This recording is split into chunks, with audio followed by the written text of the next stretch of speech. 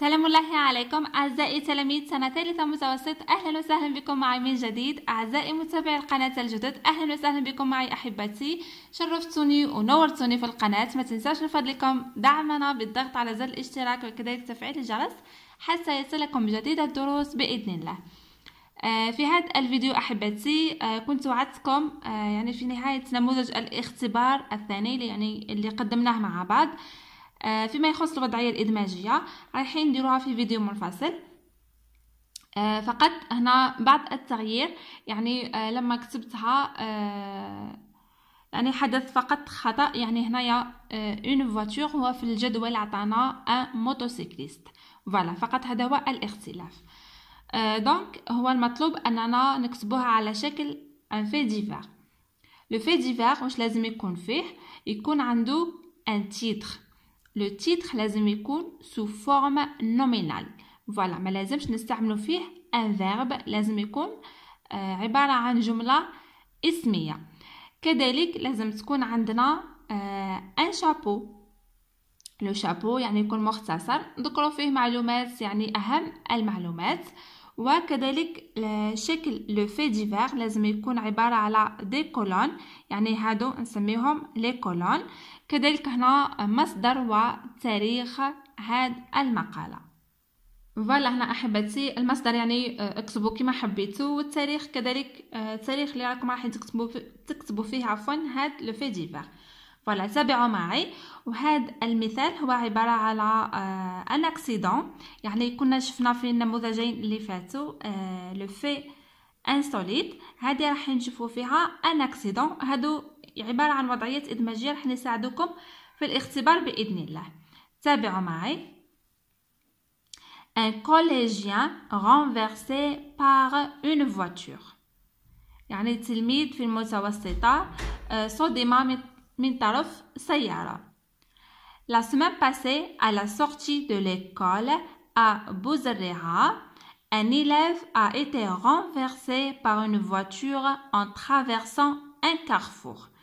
الأسبوع الماضي وعند مخرج المدرسة في بوزريعة في الجزائر العاصمة عفوا، تلميذ صدم من طرف سيارة يعني وهو كان يقطع مفترق الطرق. Après une journée de cours, aux environs de 16h30, des collégiens rentraient chez eux. Arrivés au carrefour, ils s'apprêtaient à traverser la route quand un motocycliste, un collégien renversé par une voiture. تلميذ في المتوسط يعني في الكوليج صدم من طرف سيارة. La semaine passée, à la sortie de l'école à Bozerreha, un élève a été renversé par une voiture en traversant un carrefour. الأسبوع الماضي في مخرج المدرسة أبو زريعة، يعني بوزريعة في الجزائر العاصمة، تلميذ كان أو صدم من طرف سيارة عندما كان يقطع مفترق الطرق. لاحظوا معي هنا أحبتي رانا استعملنا لا فورم باسيف اللي هي un élève a été renversé par une voiture. voilà. نواصل هنا. Après une journée de cours, aux environs de 16h30, des collégiens rentraient chez eux. Arrivés au carrefour, ils s'apprêtaient à traverser la route quand un motocycliste venant de sens inverse à vive allure a forcé les jeunes collégiens à courir pour l'éviter. Voilà. يعني بعد يوم دراسي حوالي الساعة 4:30. voilà. تلاميذ المتوسطة كانوا يعني يذهبون إلى منازلهم، وعندما وصلوا إلى مفترق الطرق وكانوا يستعدون لقطع الطريق عندما سائق دراجة جاء في الاتجاه المعاكس بسرعة فائقة، مما أجبر الشباب أو التلاميذ للجري في كل الاتجاهات حتى يتجنبوا هذا سائق الدراجة. Malheureusement, il a percuté l'un d'eux. Le pauvre garçon a terminé sa course sur la chaussée. للأسف أو لسوء الحظ هو أصاب واحد من الاثنين، يعني من هذوك الكوليجيان. الطفل المسكين يعني انتهت به ملقى على الأرض. Alertés, les secours sont arrivés et ont transporté la victime à l'hôpital le plus proche. عندما أخبروا، رجال الإنقاذ وصلوا ونقلوا الضحية إلى المستشفى الأقرب. Ses camarades, très choqués, ont déclaré: Nous avons eu très peur en voyant le motocycliste foncer vers nous. وزملاؤه كانوا مصدومين جدا، صرحوا: شعرنا بخوف شديد عندما رأينا سائق الدراجة النارية يتوجه بسرعة نحونا. Le jeune garçon a eu plus de peur que de mal. Il s'en est tiré avec une blessure à la tête et une fracture à la jambe. هنايا la fracture في الجدول هو عطاها لنا في لو بغا دغوا.